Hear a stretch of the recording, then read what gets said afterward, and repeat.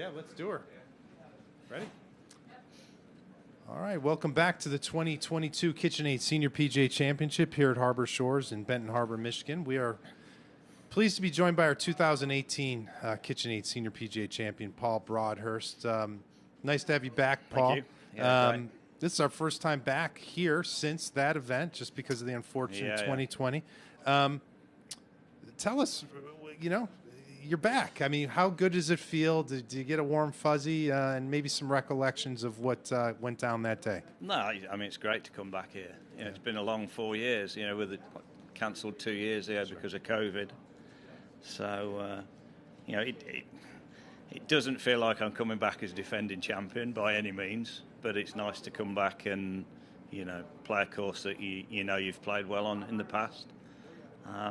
Yesterday it was nice to get back out on the course and get reacquainted with some of the holes, and slightly different conditions. Yesterday it was freezing cold and blowing, and I said to my caddy, I can't believe I shot 8 under around this course because it wasn't playing 8 under yesterday. But it has warmed up a little bit today. It's still windy and it's still really tricky, but there's some tough holes out there today, and I'm sure they'll stay tough throughout the week. We've ordered a couple 10 or 12 extra degrees by the weekend, Thank you. We hope you enjoy that. That'd be nice. You shot a 63 on a Sunday. That doesn't happen, and it doesn't matter what tour. That just doesn't happen, and you did it, and you came from behind, and you set a record. So, this was your second major championship victory, but you kind of did it in spectacular fashion, didn't you? Yeah, I shot 20 under the last 3 rounds. I don't think I've ever done that before, and I certainly haven't done it since. So, but I got off to a rocky start the first day, 1 over par. I was right on the cut mark, thinking I may be going home Saturday. But I played well on the Friday, and then I just sort of got it going Saturday. Played nicely, made some nice putts, and carried it on into Sunday. Straight away on the first hole, I remember holding a 30-footer across the green for birdie. On 14. And then hold, I think, another 3, at least 3 30, 40 footers. One of them was for par. One was for a big par moment. on 14. Yeah, I looked at 14, and it's definitely changed since we played here 4 years ago. They've obviously contoured it a little bit on the left-hand side of the green. So the shot I had to play for my pitch shot, it's not there anymore. It's so that's slightly different. There's 1 or 2 holes. The look of the holes has changed slightly because I think they've taken out some of the bushes and stuff like that. On 2 and on 3, it seems a lot more open around the green. So I think they've made some changes there, just taking some of the scrub out, I think, around the water, so you can actually see the water a bit more than you used to be able to. But course is in great shape. Yeah, it's playing really nicely. Greens are good, not overly quick, which is nice because they're so slopey. And I guess the onus will be on iron play, keeping it on the right part of the greens. And if you do that, then you'll have a few birdie chances. If you don't, then you've got to be putting from 30, 40 feet, up and over tiers, down slopes. So, the onus will really be on some good iron play. Yeah, could be some 3 putts. No doubt. If you're not careful. Let's go to Jeff. Considering the stakes, was that as good a Sunday as you've ever had at any level as a pro? I guess, the only Sunday that's come close was when I won the French Open. I shot 9 under on the Sunday. To come from like 4 back and win by 3. So that was similar. I think you ask anyone, it's always easy to shoot those scores when you're chasing rather than being in front. Ask anyone, it's difficult to win from the front. If you can get in the group 1 from the end and set the pace, then that puts a lot of pressure on the leaders. So, I managed to do that a few times. So I enjoy being 1 or 2 behind and just sort of, I guess so. You go out there. I wouldn't say there's no expectation, but, you can play a little bit freer than if you're 2 or 3 shots in the lead and, you're really leading, you don't know what's going to happen. You go out and try and play as positive as you can, but sometimes that's difficult. Yeah. But if you're chasing, it's a lot easier. And you made some big putts, as you were saying, on that Sunday. But I've never had a round like that, to be honest. You know, I think I hold 4 30, 40-foot putts. I mean, yeah, you don't do that. You may hold one a round, but not 3 or 4. I mean, I play some good stuff as well. I mean, I made a lot of birdies. I made 8 birdies, I think, no bogeys.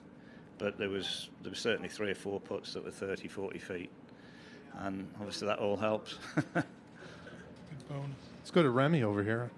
I know you've played here a couple different times. What's your favorite part about playing here? And then also, what do you always have to remind yourself to kind of focus on when you play here? I don't find it a particularly tough driving course. You know, there's a fair amount of room off the tee, so that's not a concern. But you know, I think it's just positioning the ball on the greens. That's massive around here. You really need to. You need to try and learn the greens, and that's difficult in a couple of days. You know, there's so many slopes out here, but you know that'll be a sort of paramount of my thoughts going out is to try and hit it on the right level, try and either get it pin eye if it needs to be pin eye, to back off and leave it short if you have to be short. You just can't wrong side yourself around here, so that'll be my main concern anyway. That'll be my main work. I'll be working on that all week. We've been talking about 4 years ago, but let's bring it into the present. You've played some really good golf, especially in the last month and a half. Yeah, a lot of top tens. So you're coming in pretty good form. I've had a really consistent year without really getting right up there. I think I was in the last group in Biloxi in the Rapiscan. Didn't shoot. I shot even par last day, which is not going to get the job done. But I've had 3 top 10s in the last 5 tournaments. So the game's been in reasonable shape. So I'm fairly confident without being overconfident. I'm never overconfident at this game, but it's nice to come here feeling as though my game's in decent shape and not trying to find it when you get here. So I'm looking forward to the week. See what the weather brings. I think the course is protector, to be honest. If it's windy, it's going to be tough. If it's not windy, then the scoring will be pretty good, I would think. The greens are not too firm. Whether they get firmer by Saturday and Sunday depends on the wind, I guess. But no, looking forward to playing, obviously. Well, Stephen Alker's been a big story on this tour. Did you play with him much in Europe? I may have played with him in Europe, but it was a long time ago. I've played with him a few times out here since he's been, and he's. I think the fact that he's got no weaknesses. I think that's he drives it great. He doesn't hit many bad shots. Great putter, and he's pretty long as well. It's a great combination out here. Long, straight, doesn't hit many bad shots, and puts well. Sounds like Langer. Yeah. But no, he's hit the ground running, and he's the man to beat at the moment, no question. He's putting the numbers out there every week. I'm not sure what his stroke average is, but it seems it's got to be 4 or 5 under around, because he seems to be shooting that every time he goes out. But we'll see. Majors are different, I guess. But he's been playing great stuff this season. Is there any other 1 or 2 names beyond him that jump out? Only 1 or 2. Since I won it here 4 years ago, it's like who's who of golf have turned 50. I mean, everybody's, it's gone crazy the last few years, the names that have joined us. So, the competition's got a lot stronger. Difficult to name names, but you know who they are: Harrington, Els, Goose, and who else? Jim Furyk. Is Stricker here this week? Strick's playing? Yeah. See, Steve, he's just won. He's back to form, having been ill. Yeah. There's a long list of guys that are more than capable of winning this tournament. So are you suggesting they should cap the age up a few years? No. It's an idea. We'll throw it out there. I wouldn't do that. No, not at all. So I remember what it was like when I was sort of 46, 47. So, wishing my life away for 3 years, till I was 50. But now these guys deserve their chance once they get to 50. So good luck to them. That you were mentioning Alker, and he had played up till 50 and staying competitive. You say in your late 40s, how much were you playing, and how tough is it to fill that gap? Do you have that birthday? I finished playing in Europe. I was 46, 47, and I had 3 years where I mean, I genuinely played 65 to 70 pro-ams a year, all PGA pro-ams back in the UK. Played mini tours. I was determined just to keep playing. I worked with my coach, Tim Rouse, when I finished on the European Tour, because my game was in poor shape then. So I worked with him for 3 years, trying to get my game ready for when I turned 50. And changed a lot of stuff, changed a few things. And hit the ground running when I turned 50. You know, I did great once I hit the magic age. But no, I kept playing. I could have gone into teaching, I guess, but no, I just wanted to keep playing. So I spoke to my wife, realised I wasn't going to be making too much money playing pro-ams every week, but I needed to keep competitive, so that's what I did. So, and I think you've got to. Yeah. What can you spell the last name of your coach? Tim Rouse, Rouse. Tim's captain of the British PGA next year, so he'll be over. He'll certainly be at the Ryder Cup next year in Italy. So, but yeah, he's sort of captain next year. So. I think Alex has a question. Yeah, a couple. So what would you make, what would a purse be in a Pro-Am? Oh, in dollars, anything $700 to $1,000, something like that. Is it a one-day Pro-Am? Yeah. I was playing 2 or 3 a week. Just keep my hand in. So a good week, I might make $1,500. So, but it wasn't about the money. It was about testing out what I was working on with Tim, and staying competitive. And you know, I was shooting good scores in pro-ams, so it sort of held me in good stead when I turned 50. Were these all in the UK? Yeah. There was 1 or 2. I came over to Phoenix and played like a 4-day pro-am, which was it's like a British company ran it, so it was all British pros and amateurs. But we came over to Phoenix and played a few, Scottsdale, and I played 1 or 2 invitational things. You know, like in Turkey we played a pro-am. I think Clarkey played and a couple of other guys played. So there was a few of those sort of things that went on as well. Down in Antalya, down on the coast? Yeah. We played Glory, I think it is. Glory Resort. So we went down there and played 2 or 3 times there. Is that the Faldo course that he designed? No, I've played the Faldo course. That's impossible, that course. So just talk. Did you not be able to keep your European Tour card? No, I lost my card in 2011. I had a shoulder injury in 10, and I didn't play half the year. And I played 5 or 6 events on a medical, but I had to win so much to retain my card, and I missed it by about $10,000. So that left me in limbo. I was out of it and didn't really get too many invites. I did go to tour school at the end of 11, but didn't do any good. So I just thought that was it. I'll, back to the drawing board and try and get game sorted for when I'm 50. How hard was it to convince your wife to let you do what you did? No, not really. We were okay money-wise. I knew that we could do that for 3 or 4 years and we could survive. But it was important that I did well as a senior.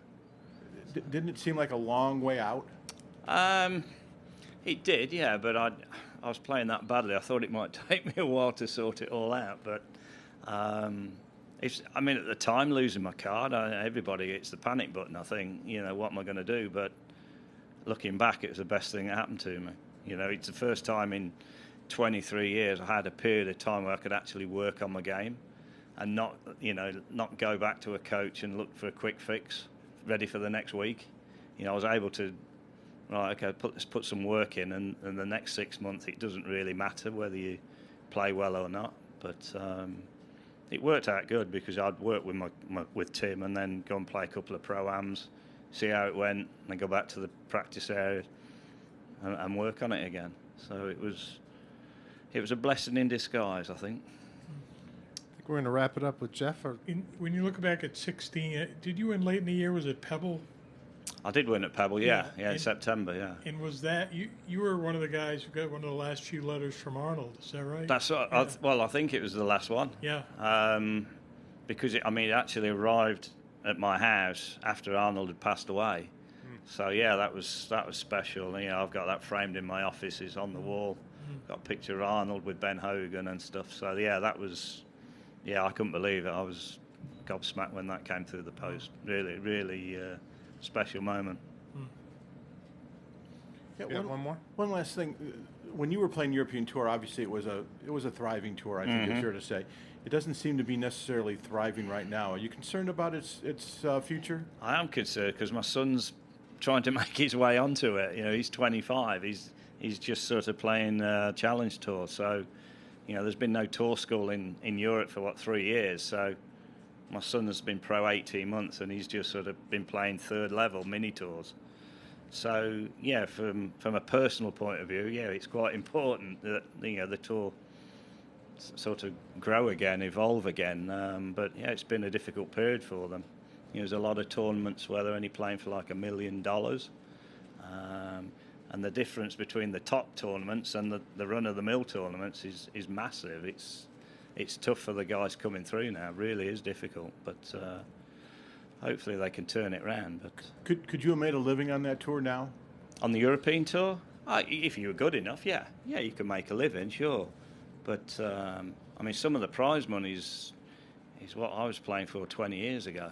You know, I remember winning Portugal, winning £140,000 in £1 million purse, and that's what they're playing for now. And that was 2005, 2006. So yeah, it's difficult times in Europe at the moment. Paul, thanks so much. My We pleasure. appreciate No the problem at visit. all. Best of luck all All right, week. thanks very much. Thank you. Thank you.